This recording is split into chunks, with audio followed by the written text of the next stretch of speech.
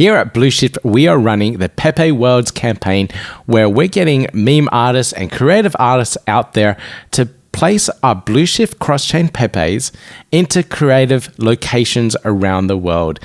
Get creative, come up with some really cool innovative ideas, or even use generative art and AI to create and place our Pepes into funny and interesting places.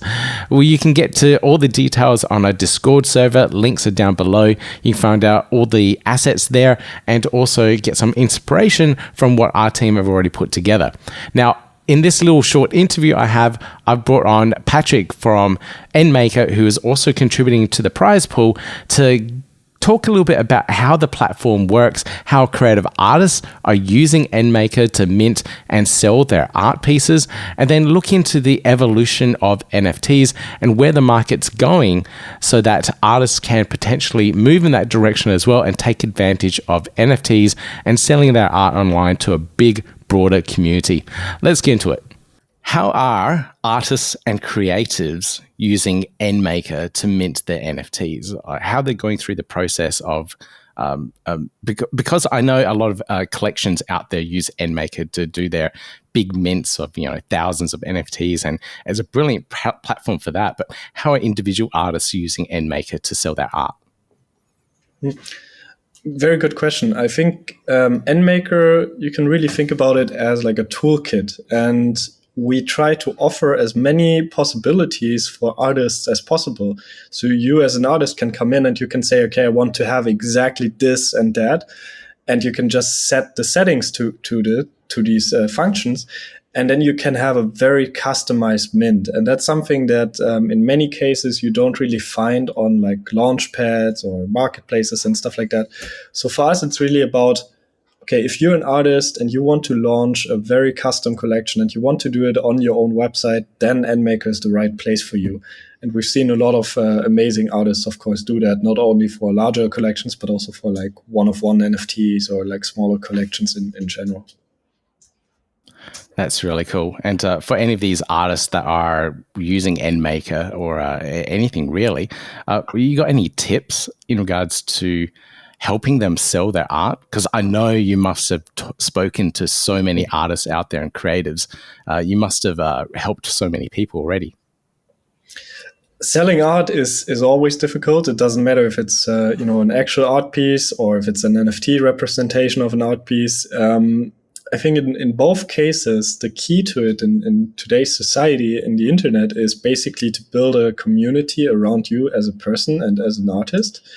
And that works really well, right? In NFTs, everything is centered around community. It's about reaching the people that actually buy your art in a way which is much more connected than, if someone just has like a physical copy of your art on his wall. You can actually know who's owning your art. You can airdrop them stuff. You can talk to them. You can give them access to like new collections and stuff like that. So it's really about taking those fans that you have and pulling them as closely as possible towards you. That sounds really hard. It is hard. You go from just being an artist to having to engage with your buyers and collectors and nurture them through their journey, I guess, of owning your art pieces. It's a very different experience for a lot of artists. I agree. I mean, it's very difficult, but the question is, do you want to be an artist for the sake of art, which is totally fine, and many people do that, or do you want to be an artist and want to eat something sometimes? So that's like, if you want to earn some money, you have to do the business side of it. You cannot ignore it. Unfortunately, that's the way the world works, in my opinion. Yeah, it's that stereotype of the starving artist that we all hear about. What's next for the evolution of NFTs? We hear so many people criticize, it's just a JPEG. I can right click and save. And we've had that big boom in the early NFT craze with Bored Apes and whatnot all over the place. But where is the market going now? Are we going to see art evolve further than where it is at the moment? I think it's really like in the next step about connecting NFTs with the physical assets as well. So we're talking about like taking physical art pieces and bringing them on chain. And that has a lot of advantages. Like imagine you have the Mona Lisa or something like that, which is physically bound to its place in Paris. And then you can take this and you can actually tokenize it, put it on chain, and really make the trading of this asset very easy and efficient. And then if you want to take it to the next level, you could even fractionalize it and have the Mona Lisa in, I don't know, 1 million pieces. And then you could buy a piece of it for $100 or so.